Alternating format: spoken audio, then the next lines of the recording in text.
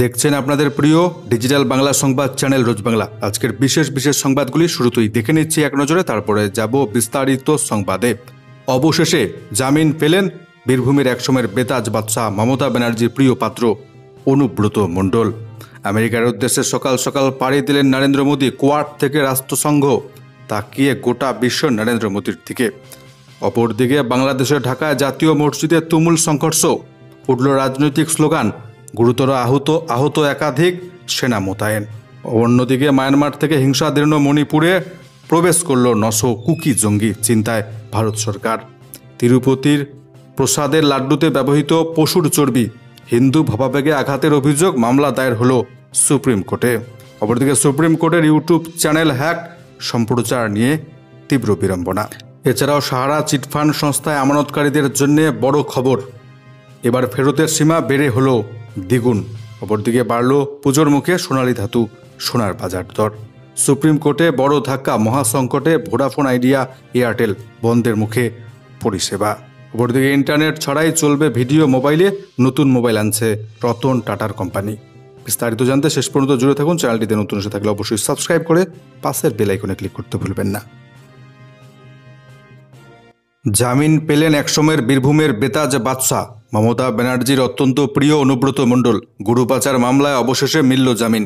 বীরভূমের তৃণমূল নেতা অনুব্রত মণ্ডলকে জামিন দিল দিল্লির রাউস অ্যাভিনিউ কোর্ট। ব্যক্তিগত 10 লক্ষ টাকার বন্ডের বিনিময়ে তার জামিন মঞ্জুর করেছে এদিন বিচারক। সিবিআই এর মামলায় আগেই জামিন পেয়েছিলেন অনুব্রত মণ্ডল তথা কেষ্ট, তবে ইডির মামলায় জামিন না মেলায় দিল্লির তিহার জেলায় থাকতে হয়েছিল এতদিন তাকে।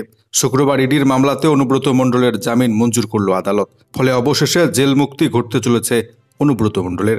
পুজোর আগেই বাড়ি ফিরবেন একদা বীরভূমের বেতাজ বাদশা। কিছুদিন আগে একই মামলায় জামিন পেয়ে জেল থেকে ছাড়া পেয়েছেন অনুব্রত মণ্ডলের কন্যা সুকন্যা মণ্ডল। প্রসঙ্গত 2022 সালের 11ই আগস্ট গরু পাচার মামলায় বীরভূমের নিচুপট্টির বাড়ি থেকে অনুব্রত মণ্ডলকে গ্রেপ্তার করেছিল সিবিআই। 2023 সালে একই মামলায় তার মেয়ে সুকন্যাকে গ্রেপ্তার করে এনফোর্সমেন্ট ডিরেক্টরেট। এতদিন তিহার জেলেই বন্দী ছিলেন বাবা এবং মেয়ে। আজ আমেরিকার উদ্দেশ্যে পাড়ি দিলেন ভারতের প্রধানমন্ত্রী নরেন্দ্র মোদী। কোয়াড থেকে রাষ্ট্রসংঘ একাধিক বৈঠক তাকিয়ে গোটা বিশ্ব। 3 দিনের আমেরিকা সফরে রওনা দিলেন প্রধানমন্ত্রী নরেন্দ্র মোদী।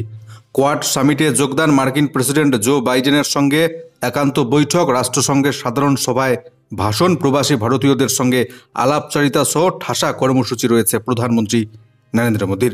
ভারত প্রশান্ত মহাসাগরীয় অঞ্চলে ক্রমাগত বেড়ে চলেছে চীনা আগ্রাসন।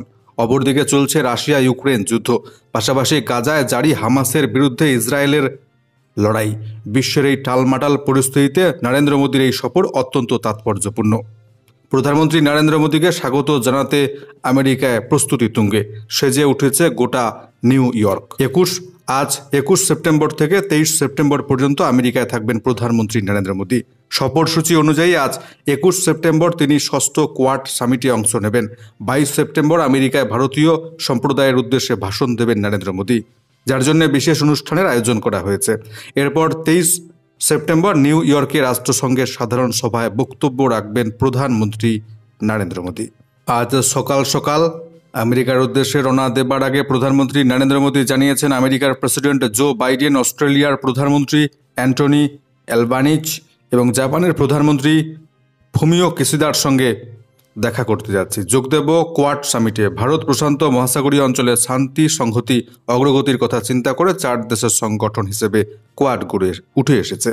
বাইডেনের সঙ্গে আমার বৈঠকে আমেরিকা এবং ভারতের দ্বিপাক্ষিক সম্পর্ক আরও দৃঢ় হবে বলে আশা প্রকাশ করেছেন নরেন্দ্র মোদী।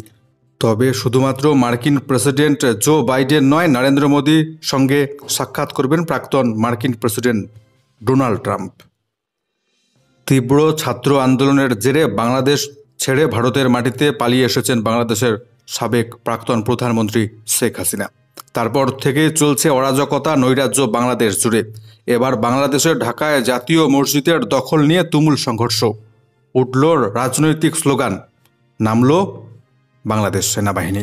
এবার ঢাকায় বাংলাদেশের জাতীয় মসজিদ বায়তুল মোকাররমে শুক্রবার জুম্মার নামাজ পড়াকে কেন্দ্র করে মুসলিমদের 2 গোষ্ঠীর মধ্যে তুমুল সংঘর্ষ। দুপক্ষের বেশ কয়েকজন আহত হয়েছেন গুরুতর। পুলিশ আগে থেকে থাকলেও পরিস্থিতি সামাল দিতে ব্যর্থ হয়েছে। অবশেষে সেনাবাহিনী মোতায়েন করা হয়েছে মসজিদে। মসজিদে সেনাবাহিনী ঘিরে রেখেছে গোটা মসজিদ। সংঘর্ষের কারণে জুম্মার নামাজ পাঠ এদিন বিঘ্নিত হয়। ঘটনার সূত্রপাত শুক্রবার দুপুরে জুম্মার নামাজ পাঠের শুরুতে আগের এবং বর্তমান খতিব অর্থাৎ জুম্মার নামাজ পড়ানোর দায়িত্বপ্রাপ্ত ইমামদের মধ্যে বিবাদের কারণে। শুক্রবার নামাজ পাঠ করাছিলেন বর্তমান খতিব মুফতি ওয়ালিউর রহমান খান। এই সময় আগের খতিব রুহুল আমিন প্রায় 100 অনুগামী নিয়ে হাজির হয়ে মাইক্রোফোনের দখল নেন বলে জানা যাচ্ছে। তারপরে দুপক্ষের মধ্যে তুমুল মারপিট শুরু হয় মসজিদের ভেতরেই। প্রসঙ্গত, বাংলাদেশের এই মসজিদটি জাতীয় মসজিদ হিসেবে স্বীকৃত। পরিস্থিতি মোকাবিলায় ইতিমধ্যে মোতায়েন করা হয়েছে সেনাবাহিনী। সেনাবাহিনী পরিস্থিতি সামাল দিতে গোটা মসজিদ ঘিরে রেখেছে শেষ পর্যন্ত বলে জানা যাচ্ছে। নজর রাখছি পরের সংবাদটির দিকে। মায়ানমার থেকে হিংসা দীর্ণ, ভারতের মণিপুর রাজ্যে এবার ঢুকল 900 কুকি জঙ্গি। মায়ানমার থেকে জাতি হিংসা বিধ্বস্ত মণিপুরে ঢুকে পড়ল 900 জন প্রশিক্ষিত কুকি জঙ্গি। শুক্রবার এমনটাই জানিয়েছে মুখ্যমন্ত্রী এন বীরেন সিংয়ের নিরাপত্তা উপদেষ্টা কুলদীপ সিং। তার কথায় পুলিশের পক্ষ থেকে বিষয়টিকে যথেষ্ট গুরুত্ব সহকারে দেখা হচ্ছে। হামলা এবং নাশকতামূলক কার্যকলাপ ঠেকাতে সতর্কতামূলক ব্যবস্থা ইতিমধ্যে নেওয়া হয়েছে। অন্যদিকে মণিপুরে সেনা এবং পুলিশের যৌথ অভিযানে বড় সাফল্য মিলেছে। ইম্ফল পূর্ব জেলার বংজাং এবং ইথাম গ্রাম সংলগ্ন পাহাড়ি এলাকা থেকে উদ্ধার হয়েছে 7টি ইম্প্রোভাইজড এক্সপ্লোসিভ ডিভাইস, যেগুলোর ওজন প্রায় 28 কেজি 500 গ্রাম। অপরদিকে শুক্রবার ইম্ফল পূর্ব জেলার রাজ্যের উপভোক্তা বিষয়ক মন্ত্রী এল সুশীন্দ্রর ব্যক্তিগত সহকারী সোমরেন্দ্রকে অপহরণ করা হয়েছে বলে জানা যাচ্ছে। তিরুপতি মন্দিরের প্রসাদে লাড্ডুতে ব্যবহৃত হচ্ছে পশুর চর্বি। হিন্দু ভাবাবেগে আঘাতের অভিযোগ, মামলা দায়ের শীর্ষ আদালতে। তোলপাড় দক্ষিণ ভারতের রাজ্য অন্ধ্রপ্রদেশ। শুরু হয়েছে রাজনৈতিক বিতর্ক। এবার লাড্ডু বিতর্ক গড়ালো ভারতের সুপ্রিম কোর্টে। শুক্রবার এক আইনজীবী সুপ্রিম কোর্টে মামলা দায়ের করেছেন। তার অভিযোগ, প্রসাদী লাড্ডুতে পশুর চর্বি মিশিয়ে হিন্দু ধর্মাবলম্বী মানুষদের ভাবাবেগে আঘাত করা হয়েছে। অগণিত ভক্ত যারা এই প্রসাদকে পবিত্র আশীর্বাদ হিসেবে মনে করেন তারা মানসিকভাবে বিধ্বস্ত হয়েছেন। আবেদনকারী জানিয়েছেন, লাড্ডু বিতর্ক মন্দির প্রশাসনের গাফিলতি, হিন্দু ধর্মের পবিত্র রক্ষার্থে পদক্ষেপ করতে হবে সুপ্রিম কোর্টকে। লাড্ডু বিতর্কের সূত্রপাত অন্ধ্রের মুখ্যমন্ত্রী চন্দ্রবাবু নাইডুর একটি দাবিকে কেন্দ্র করে। তিনি গুজরাটের সরকারি একটি ল্যাবের রিপোর্ট প্রকাশ্যে আনেন। রিপোর্টটি জুলাই মাসের। সেই রিপোর্টকে সামনে রেখে চন্দ্রবাবু নাইডু দাবি করেন, তিরুপতির মন্দিরের প্রসাদী লাড্ডুতে ব্যবহৃত হচ্ছে ঘিয়ের বদলে পশুর চর্বি। এই ঘটনার জন্য অন্ধ্রপ্রদেশের মুখ্যমন্ত্রী চন্দ্রবাবু নাইডু এবং তার ডেপুটি জনসেনা পার্টির প্রধান পবন কল্যাণ দায়ী করেছেন তাদের অন্ধ্রপ্রদেশের পূর্বতন জগমোহন রেড্ডির সরকারকে।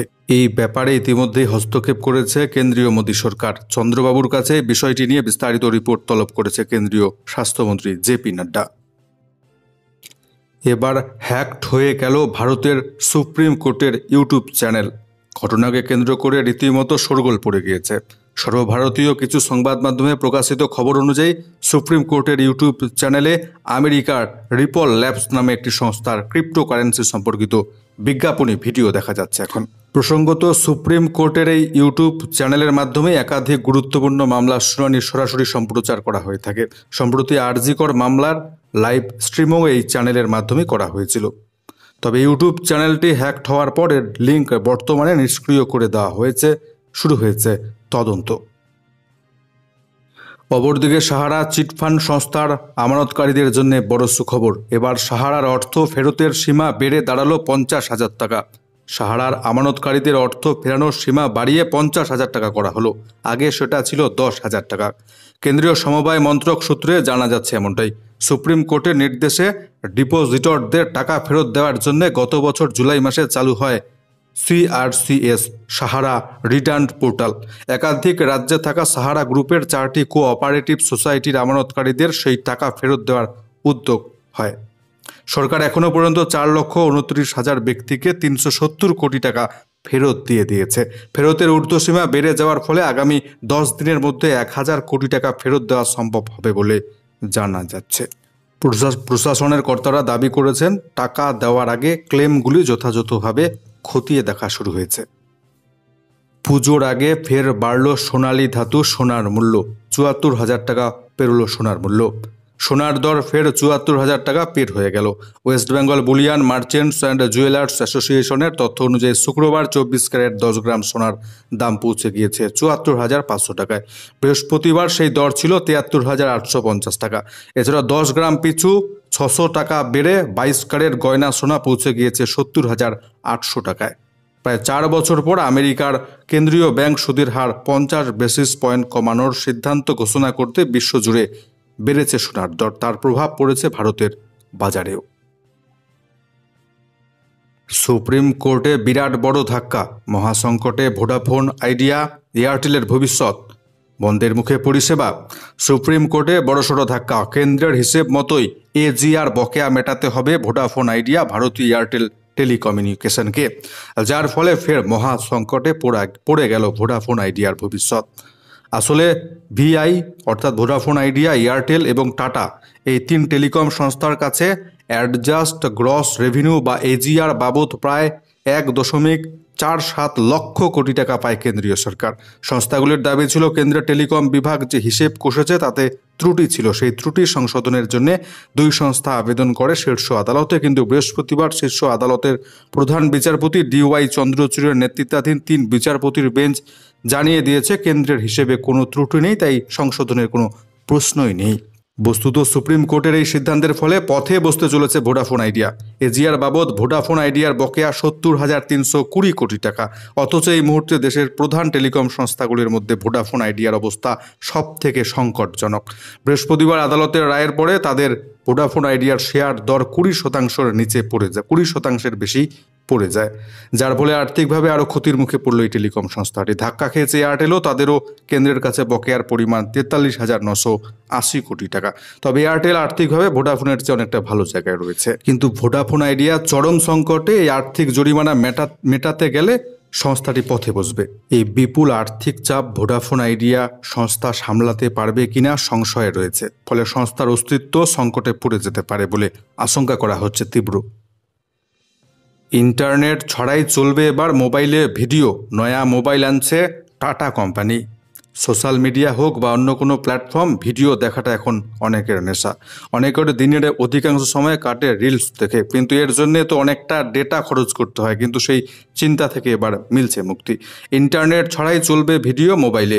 হ্যাঁ, এমনই অভিনব ফোন বাজারে আনতে চলেছে রতন টাটার সংস্থা।